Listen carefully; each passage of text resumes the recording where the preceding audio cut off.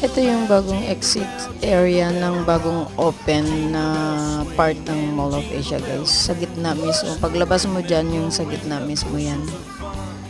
Sa part ng main entrance, malapit. Yan.